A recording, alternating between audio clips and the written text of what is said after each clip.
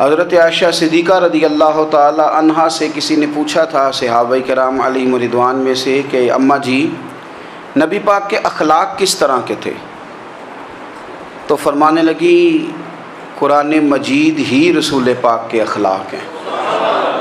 اور پھر حضرت عائشہ صدیقہ رضی اللہ تعالیٰ عنہ اس شخص سے کہنے لگیں چاہے تو سورہ مومنون پڑھ لو۔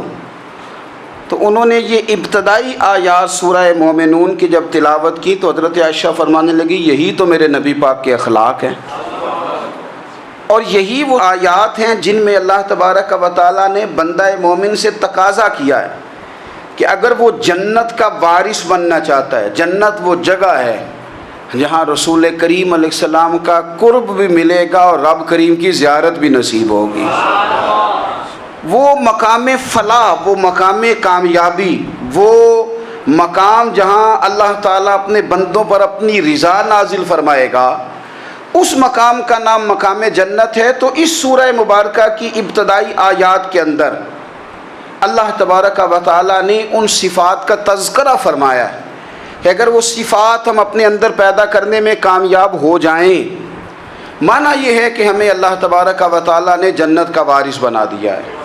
بڑے غور کے ساتھ سورہ مومنون کی ان ابتدائی آیات پر غور کرنا چاہیے۔ رب فرماتا ہے قد افلح المؤمنون، تحقیق مومن کامیاب ہو گئے۔ کون سے مومن؟ الذین ہم فی صلاتہم خاشعون، وہ جو اپنی نمازوں میں گڑ گڑانے والے ہیں، خشوع کے ساتھ، عاجزی کے ساتھ، انکساری کے ساتھ، ذوق کے ساتھ نماز پڑھنے والے ہیں۔ والذین ہم عن اللغو معرضون، اور وہ جو بیہودہ باتوں سے منہ پھیرنے والے ہیں، لغویات سے اپنا رخ پھیرنے والے سنجیدہ لوگ۔ پھر ارشاد فرمایا والذین ہم للزکاۃ فاعلون، جو زکوٰۃ دینے کا کام کرنے والے ہیں۔ پھر فرمایا والذین ہم لفروجہم حافظون، اور وہ لوگ جو اپنی شرمگاہ کی حفاظت کرنے والے، اپنی شرمگاہ کی حفاظت کرنے والے۔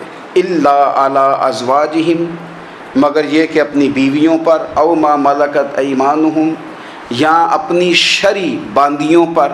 اس زمانے میں جو لونڈی خریدی جاتی تھی اس سے بھی وطی کرنا جائز تھا، اگرچہ اب لونڈیاں موجود نہیں ہیں تو یہ فعل بھی موجود نہیں، سوائے اپنی بیویوں پر یا شرعی باندیوں پر۔ فإنہم غیر ملومین، فرمایا جو یہ کام کرے اس پر کوئی ملامت نہیں ہے، اپنی بیوی کے پاس شرعی طریقے سے جائے یا باندی کے پاس جائے۔ فمن ابتغى وراء ذلک، اور جو آدمی اس کے بعد اس حد سے بڑھے، اس کے سوا کچھ اور کرے جو بندہ، فرمایا فاولئک هم العادون، یہ لوگ حد سے بڑھنے والے ہیں، جو لونڈیوں اور باندیوں کے علاوہ، اپنی بیویوں کے علاوہ کسی اور جگہ گندگی کریں، یہ حد سے بڑھنے والے، حدوں کو کراس کرنے والے لوگ ہیں۔ پھر ارشاد فرمایا والذین هم لاماناتہم وعہدہم راعون، اور وہ جو اپنی امانتوں اور اپنے وعدوں کی رعایت کرتے ہیں، امانتیں ادا کرتے ہیں، وعدے پورے کرتے ہیں۔ اور وہ لوگ جو اپنی نمازوں کی حفاظت کرنے والے ہیں، جن میں یہ خوبیاں آ گئیں۔ میرا رب فرماتا ہے نماز میں خشوع وضو حاصل ہو گیا، فضولیات سے بچ گئے، زکوٰۃ ادا کرنے والے بن گئے، شرمگاہ کی حفاظت کرنے والے بن گئے، امانتیں عہد پورے کرنے والے بن گئے، اپنی نمازوں کے محافظ ہو گئے۔ اللہ اکبر، قربان جائیں۔ مالک فرماتے ہیں اولئک ھم الوارثون، یہی لوگ تو وارث ہیں۔ یا اللہ کس چیز کے؟ فرمایا الذین یرثون الفردوس، یہ لوگ جنت کے وارث ہیں، یہ جنت کے وارث ہیں یہ لوگ۔ ہم فیہا خالدون، اور فردوس سے، جنت سے نکالے نہیں جائیں گے، ہمیشہ ہی جنت میں رہیں گے۔ یہ آیات اللہ کا مطالبہ بھی ہے، یہ آیات صحابہ، اہل بیت، اولیاء اللہ، ان تمام کی سیرت کا عکس بھی ہے۔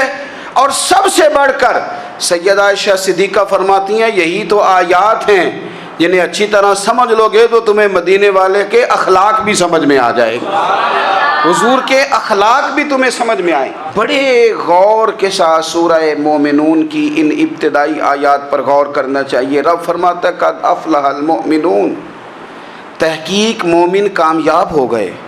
کون سے مومن؟ الذین هم فی صلاتہم خاشعون، وہ جو اپنی نمازوں میں گڑ گڑانے والے ہیں، خشوع کے ساتھ، عاجزی کے ساتھ، انکساری کے ساتھ، ذوق کے ساتھ نماز پڑھنے والے ہیں۔ دیکھیں قرآن نے یہ نہیں کہا شروع میں کہ وہ لوگ اپنی نماز پابندی سے پڑھتے ہیں، بلکہ فرمایا وہ نمازوں میں عاجزی کرتے ہیں، وہ نماز میں خشوع کرتے ہیں، خضوع کرتے ہیں۔ نماز ہم بھی پڑھتے ہیں، ڈھیر سارے لوگ ہیں جن کا یہ مطالبہ ہے کہ میرا نماز میں دل ہی نہیں لگتا۔ پہلی بات تو یہ ہے کہ دل نہ بھی لگے تو نماز پھر بھی پڑھنی ہے، اور دوسری بات یہ ہے کہ دل لگانے کو بھی تو کچھ انسان کے پاس چیزیں ہونی چاہیے نا، کوئی ضروریات ہوتی ہیں۔ سب سے پہلی بات یہ کہ مسئلہ نماز کا نہیں، مسئلہ اہمیت کا ہے۔ آپ نے اللہ تبارک و تعالیٰ کی ذات کی، رب کریم کے جلالت کی جتنی زیادہ اہمیت اپنے دل میں محسوس کر لی، اتنا ہی نماز کی طرف توجہ آپ کی بڑھ جائے گی۔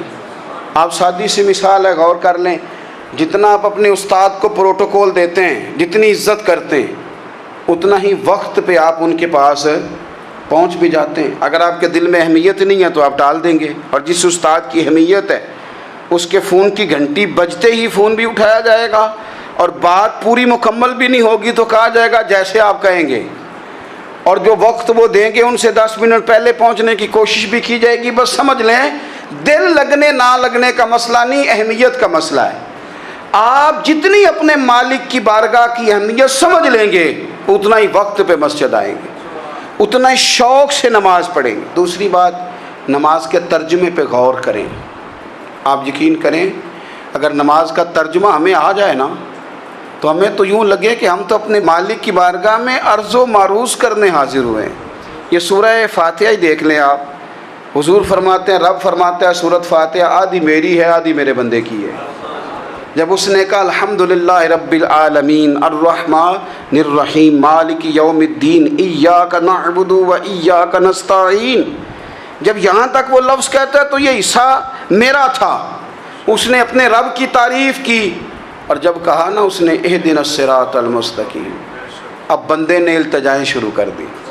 اس نے کہا کہ مالک بھی تو ہے، رحمان بھی تو ہے، رحیم بھی تو ہے، عبادت بھی تیری کرتے ہیں تو مدد بھی تو تجھی سے مانگنی ہے نا، اب مہربانی فرمانا اہدنا الصراط المستقیم، ہمیں سیدھا راستہ دکھا دے، صراط الذین انعمت علیہم، ان لوگوں کا راستہ دکھانا جن پر تو نے انعام کیا ہے، غیر المغضوب علیہم ولا الضالین، ان کے راستے پہ نہ چلانا جن پر تیرا غضب ہوا، جو گمراہ ہو گئے ان کے راستے۔ تو نماز میں جب ترجمے پر آپ کا غور ہوتا ہے تو آپ کا تو دل خود بخود لگ جاتا ہے، شوق بڑھ جاتا ہے آپ کا۔ تو اتنی چیزیں ہم زندگی میں یاد کرتے ہیں، تو اگر ترجمہ بھی نماز کا یاد کر لیں اور پھر شوق سے پڑھیں تو آپ یقین کریں طبیعت کھنچی چلی آئے گی۔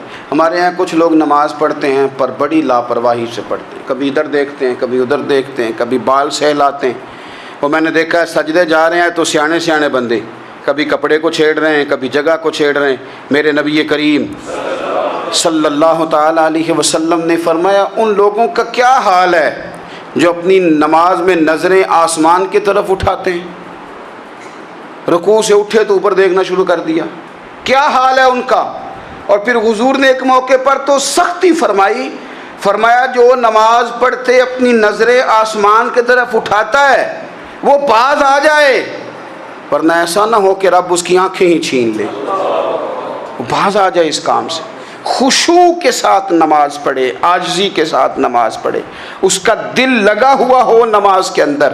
میرے نبی پاک صلی اللہ تعالیٰ علیہ وآلہ وسلم کے غلام حضرت انس بن مالک رضی اللہ تعالیٰ عنہ فرماتے ہیں کہ رسول پاک صلی اللہ علیہ وسلم نے مجھ سے فرمایا تھا کہ بیٹے نماز میں ادھر ادھر دیکھنے سے بچو، کیونکہ فرمایا نماز میں ادھر ادھر توجہ کرنا یہ بندے کو ہلاک کر دیتا ہے، ہلاکت ہے اس میں اگر تم نے ادھر ادھر توجہ ہوگی۔ نماز تم مالک کی بارگاہ میں کھڑے ہو اور تم دیکھ ادھر ادھر رہے ہو، تو ایک تو نماز عاجزی کے ساتھ۔ پھر فرمایا والذین ہم عن اللغو معرضون، وہ لوگ جو فضول باتوں سے لغویات سے اپنا منہ پھیر لیتے ہیں، فضولیات سے۔ ہمارے ہاں نا بہت سارے لوگ ایسے ہیں جو بلا وجہ ان چیزوں میں دلچسپی لیتے ہیں جو ان کے مطلب کی نہیں ہے، ان کے مطلب کی مطلب آپ کسی سے ملیں کہتے ہیں کیا حال ہے؟ ٹھیک ہے جی۔ بچوں کا کیا حال ہے؟ ٹھیک ہے۔ بچے کتنے ہیں؟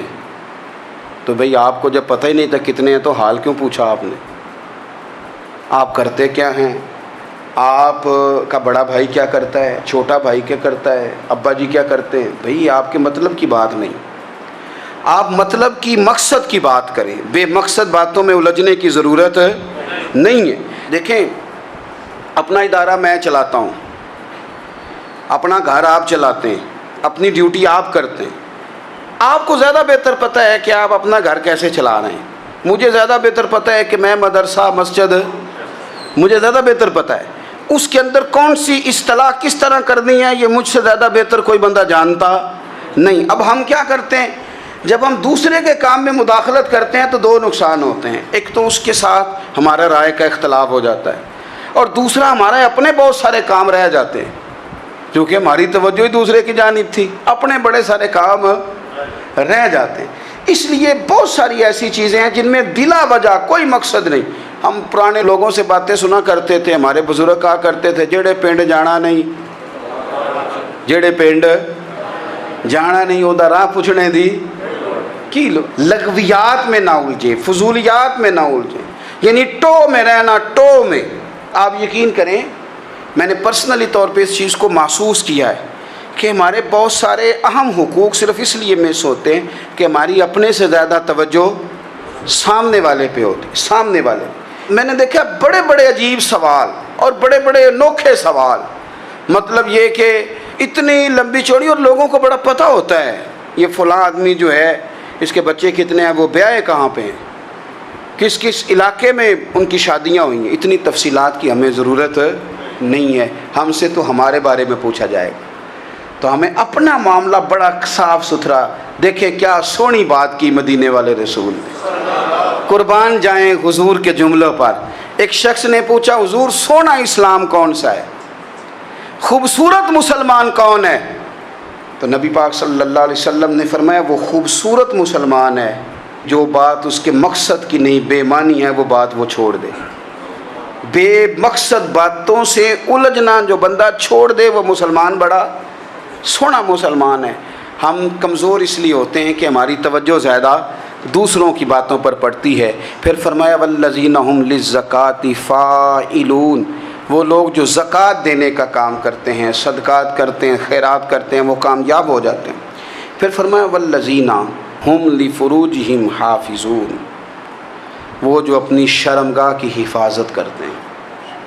نوجوان میری بات پر توجہ کریں، فرمایا وہ لوگ جو اپنی شرمگاہ کی، والذین ھم لفروجہم حافظون، وہ لوگ جو اپنی شرمگاہ کی حفاظت کرتے ہیں۔ حضور غوث پاک رضی اللہ تعالیٰ عنہ فرمایا کرتے تھے دو چیزیں انسان اپنی سنبھال لینا، ایک پیٹ اور ایک شرمگاہ، تو فرماتے تھے ولایت اس کے بڑی قریب آ جاتی۔ ہم نہ ان لذات میں الجھ جاتے ہیں۔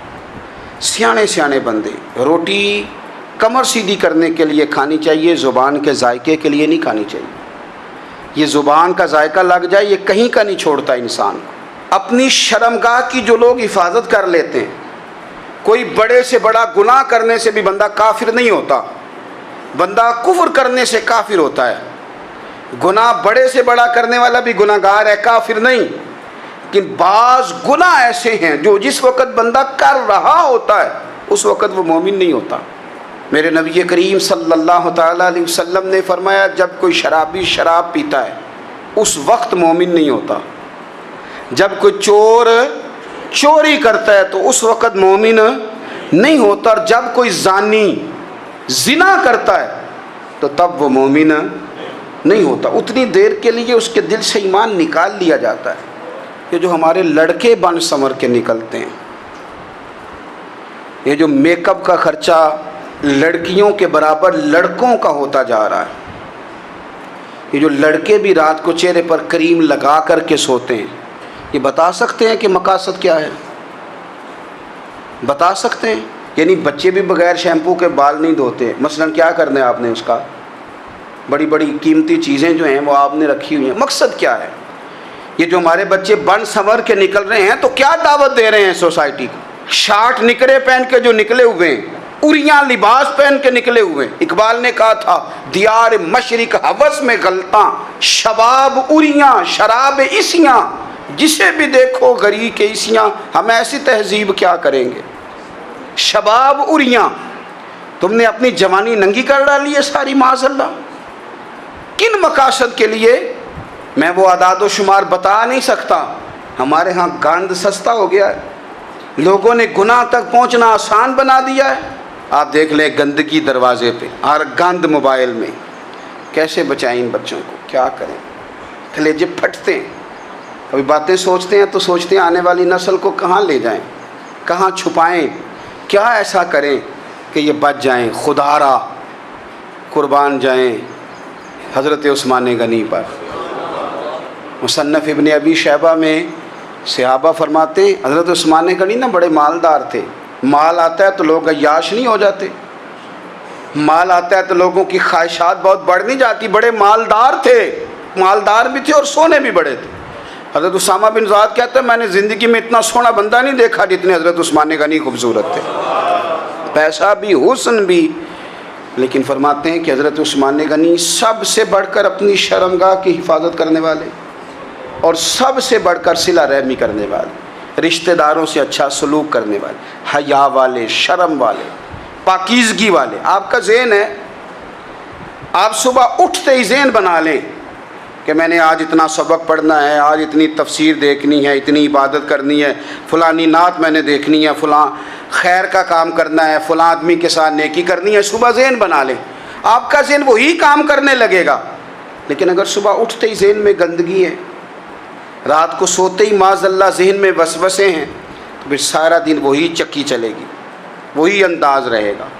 تھوڑا سا آپ کو اس کی نگرانی کرنی ہے. تھوڑا سا فحاشی اریانی یہ تیزی سے پھیل رہی ہے، تیزی سے گندگی لوگ کشید کر کے لاتے ہیں. اور حیا کا مطلب صرف اتنا ہی نہیں ہے آپ زنا اور بدکاری سے بچیں، آپ اپنی زبان کو بھی حیا والا بنائیں. کوئی کچا کمزور جملہ، گندی بات، گالی کبھی بھی زبان پہ نہ آئے. آپ کا انداز حیا والا ہو. بے باک ہو جانا، بے باک بولنا، میں باریکی سے اس بات کو سمجھتا ہوں اور میں آپ کو بہت ساری بزرگوں کے ارشادات کا نچوڑ عرض کرنے لگا ہوں. آپ اپنا ذہن صاف کر لیں، آپ کے بہت سارے کام ویسے ہی صحیح ہو جائیں گے. چونکہ ہمارے دین کے اندر زیادہ اجر نیتوں اور ارادوں پہ ملتا ہے. آپ کے جو اندر کی پاکیزگی ہے وہ بہت سارا فضل لاتی ہے اللہ کا. اور اگر دل ہی نہ پاک ہو، ذہن ہی نہ پاک ہو، تو وہ خیر کی چیزیں کس طرح کر کے داخل ہوں گی؟ اپنی شرمگاہ کی قربان جائیں. نوجوانوں ذرا غور کرنا. میرے نبی کریم صلی اللہ تعالیٰ علیہ وسلم کے بارے میں حضرت عائشہ صدیقہ فرماتی ہیں کہ عرب کی کنواری لڑکیاں بڑی حیا والی ہوتی تھیں، لیکن اللہ کے پیارے رسول صلی اللہ علیہ وسلم عرب کی کنواری لڑکیوں سے بھی بڑھ کر حیا والے تھے. یہ ہمارے بچے مذاق میں ہمیں کئی دفعہ کہتے ہیں شادی کرا دو، شوگل میں کہہ دیتے، ابا کو کہہ دیتے ہیں، ابا کو نہیں منہ پہ آ کے کہہ دیتے ہیں، کہتے ہیں یہ بڑا بھائی مصیبت بن گیا، یہ ہٹے گا تمہاری باری آئے گی. آپ کچھ ایسی باتیں کر رہے ہیں، کچھ ایسے انداز آپ اختیار کر رہے ہیں جو وزادار لوگ کرتے نہیں. شرم و حیا سے وہ چیزیں ڈھل جاتی ہیں جو باتیں ہمارے بچوں کی زبانوں پر بے باکی کے ساتھ آنے لگی ہیں. اور میں آپ کو ایک عقلی بات عرض کرتا ہوں، آپ اپنی زبان سے جو جملے خود ادا کرتے ہیں وہ جملے آپ کے دل پر بھی اثر کرتے ہیں. اگر آپ غلط بات بار بار کریں گے تو آپ کا دل بھی غلط بات کی طرف مائل ہو جائے گا. آپ 10 بار 15 بار 20 بار کوئی خیر کی بات کریں، خیر کی، تو آپ دیکھیں کہ آپ کا دل بھی خیر کی طرف مائل ہو جائے گا. آپ خیر کی باتوں پر اپنے آپ کو لائیں، اچھی باتوں پر اپنی توجہ لائیں، آپ کا دل بھی اچھائی کی طرف مائل ہو جائے گا. کفل کا ایک واقعہ ترمذی میں ملتا ہے. ایک شخص کفل نام کا تھا بنی اسرائیل میں. ایک عورت مجبور تھی، اس کے بچے بھوکے تھے، تو کفل نے اسے مائل کر لیا کہ تو میرے ساتھ گناہ کرے گی تو پھر میں تیرے بچوں کی روٹی تجھے دوں گا. تو وہ عورت پہلے تو بیچاری نہ مانی، لیکن بچوں کی بھوک دیکھ کے مجبور ہو گئی. جب کفل کے قریب گئی نا وہ عورت، اس نے دروازے سارے بند کر لیے. ترمذی شریف میں اس کا واقعہ موجود ہے. چاروں جانب سے بند ہو گیا سارا کچھ. لیکن جب وہ کفل کہتا ہے میں اس بی بی کے پاس جانے لگا تو عورت کا وجود کانپتا تھا. جس بندے کو گناہ کی طرف جاتے اس کی طبیعت میں ہیجان پیدا ہو تو مانا یہ ہے کہ ابھی ذہن پورا غلیظ نہیں ہوا, ابھی طبیعت پوری گندی نہیں ہوئی, ابھی ایمان کی بہت ساری قسمیں موجود ہیں, عورت کا وجود کانپتا ہے. تو کفل کہتے ہیں کہ میں نے اسے کہا کہ سارے دروازے بند ہیں, ڈرتی کیوں ہے؟ تو کہنے لگی ڈرتی اس لیے ہوں کہ سارے دروازے بند نہیں ہوتے, ایک دروازہ کھلا ہے اور وہ دروازہ رب قدیر کا دروازہ ہے, اسے کیسے بند کیا جا سکتا ہے؟ تو کہتے ہیں جب اس نے یہ لفظ کہے تو مجھ پر بھی بات کا اثر ہوا, مجھ پر. تو میں نے کہا کہ اگر تو عورت ہو کہ رب سے اتنا ڈرتی ہے تو مجھے تو اس نے مرد بنایا ہے, تو مرد تو ہوتا ہی وہ ہے جو اپنے آپ پر کنٹرول کر سکے. تو اب نہ معاملہ آگے جائے گا, اب یہاں بات رکے گی نہیں, جا میں تجھے آزاد کرتا ہوں. عورت گئی, اس نے توبہ کی کفل نے, اور رات رو کے کہنے لگا مالک آج میں نے توبہ کی ہے تو میرے اوپر مہربانی کرنا, میری توبہ ٹوٹنے نہ پائے.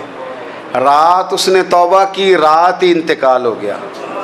لوگوں کو پتہ تھا بڑا بے حیا ہے, بد کردار ہے, گناہ گار ہے, شاید لوگ اس کا چہرہ دیکھنے بھی نہ جاتے, پر مالک کریم ہے نا. حضور فرماتے ہیں سویرے اس کے دروازے پہ لکھ دیا اللہ نے, لوگوں رب نے کفل کے سارے گناہ معاف کر دیے ہیں, اس کے دروازے پہ لکھ دیا گیا. جب آپ اپنی حفاظت کرنا چاہتے ہیں تو اللہ پھر اسباب بھی پیدا کر دیتا ہے. اپنی شرمگاہ کی, اپنی نظر کی آپ خوب حفاظت کریں. اور میں آپ کو ایک بات عرض کروں, ایک بندے کے باحیا ہو جانے سے نا, ایک بندے کے ٹھیک ہو جانے سے اس کے دائیں بائیں بے شمار لوگ ٹھیک ہو جاتے ہیں. نہ چاہتے ہوئے بھی آپ کی نیکی کا اثر آپ کے دوستوں پہ پڑتا ہے, نہ چاہتے ہوئے. اور ایک بندے کے بگڑ جانے سے اس کے دائیں بائیں بہت سارے لوگ بگڑ جاتے ہیں, بہت سارے لوگ بگڑ جاتے ہیں. آپ اگر اپنے لب و لہجے پر یہ پابندی لگا سکیں اور اپنے آپ کو اگر آپ سنبھال سکیں تو پھر یاد رکھیے گا بڑی ساری چیزیں بہتر ہو جائیں گی. کچھ چیزیں ایسی ہوتی ہیں جو ہم نہ فراخ دلی سے بانٹتے ہیں, اور کچھ چیزیں ایسی ہوتی ہیں جو مجبور ہو کر ہم دیتے ہیں. کئی دفعہ ایسا ہوتا ہے کہ سامنے والا کچھ زیادہ تکلیف میں ہوتا ہے اور ہمارے پاس بھی وسعت نہیں ہوتی, لیکن زیادہ اجر اسی بندے کو ملتا ہے جو تھوڑی تکلیف برداشت کرے اور سامنے والے کی تکلیف کو دور کرے. مدینہ منورہ میں نا قحط پڑ گیا تھا, غلہ نہیں ملتا تھا, تو قحط کے زمانے میں لوگ نا پھر چیزوں کو مہنگا کر کے بیچتے ہیں. ہمارے ہاں ایک طرف چینی کی لائنیں لگی ہوتی ہیں, دوسری طرف چھاپا پڑتا ہے, پورے کے پورے گودام بھرے ہوئے نکل آتے ہیں. لوگ مصنوعی قلت پیدا کر دیتے ہیں. حضرت عمر فاروق رضی اللہ تعالیٰ عنہ کے زمانہ نور میں قحط پڑ گیا تھا, گندم کا دانہ اس طرح ہو گیا تھا جس طرح سونا ہے. سیدنا عثمان غنی رضی اللہ تعالیٰ عنہ کے نا بہت سارے اونٹ غلے کے بھرے ہوئے مصر سے آئے, اور لگتا یوں ہے کہ وہ شخص آپ ہی کو غلہ دیتا تھا, کسی اور کو دیتا بھی نہیں تھا, جو اونٹ بھر کے اس نے لیے. تو مدینہ منورہ کے اندر جب وہ مال پہنچا نا, آپ کو بتانا یہ چاہ رہا ہوں کہ ساری تجارت بندوں سے نہیں کرنی چاہیے, کچھ اللہ سے بھی کرنی چاہیے. رب سے جو بندہ تجارت کرتا ہے وہ بڑا کامیاب ہوتا ہے. وہ غلے سے بھرے ہوئے اونٹ آپ کے پہنچ گئے تو تاجر آئے, انہوں نے آگے کہا عثمان ہم کھول کے نہیں دیکھتے کہ اندر مٹی ہے کہ سونا ہے, اور یہ بھی نہیں پوچھتے آپ نے کتنے کا خریدا ہے, آپ کی زبان پر اعتبار ہے, آپ نے جتنے کا مال لیا ہے نا ہم ڈبل دیتے ہیں, آپ ہمیں دے دیں. آپ فرمانے لگے نہیں مجھے زیادہ نفع ملتا ہے. انہوں نے کہا 2 گنا, فرمایا نہیں زیادہ ملتا ہے. کہا 3 گنا, فرمایا زیادہ ملتا ہے. وہ کہنے لگے اس سے زیادہ تو کوئی تاجر ہے ہی نہیں جو زیادہ دے. فرمایا بس مجھے ملتا ہے نا. کہا کتنا ملتا ہے؟ فرمانے لگے لگتا ہے کہ اگر وہ تاجر زیادہ کرم نوازی کرے تو 700 گنا تو دے گا ہی, اور باقی کریم ہے. انہوں نے کہا جی نہیں اتنا نہیں ہم دے سکتے, پھر آپ بیچ لیں. یہ بات ہی سمجھ میں نہیں آتی. لوگ چلے گئے تو حضرت عثمان غنی مال اٹھا کے مسجد کے دروازے پہ لے گئے, جا کے کہنے لگے اے عمر اعلان کر دیں جس غریب کو گندم کی ضرورت ہے, آسانی کے دور میں نہیں دقت کے دور میں, جب لوگوں کو مل نہیں رہی چیز, جس کو ضرورت ہے وہ آئے اور آ کے لے جائے۔ جب جناب عثمان غنی کے اس غلے کا اعلان ہوا تو تاجروں کو اب مسئلہ سمجھ میں آیا کہ یہ 700 گنا کو بندہ نہیں دے رہا، یہ رب کریم عطا فرما رہا ہے۔ میرے عزیز، کچھ سودے رب کے ساتھ بھی کریں۔ اگر کوئی بڑا ضرورت مند دروازے پہ آ جائے نا تو پھر اپنا نفع نقصان نہیں سوچنا، پھر تو رب کے ساتھ تجارت کرنی ہے۔ ضرورت مند کی ضرورت کا لحاظ کرنا، یہ نہ مسلمانوں کے ایک دوسرے کے قریب کرے گا۔ ہم کون ہوتے ہیں کسی کی حاجت پوری کرنے والے، ضرورت پوری کرنے والے؟ کرنے والا تو اللہ ہے۔ تو اگر رب ہمیں کبھی وسیلہ بنائے، ذریعہ بنائے، تو پھر ہمیں ذرا نا خوش دلی سے بننا چاہیے، ذوق اور شوق سے بڑھنا چاہیے، پھر ہمیں کمزور نہیں پڑنا چاہیے۔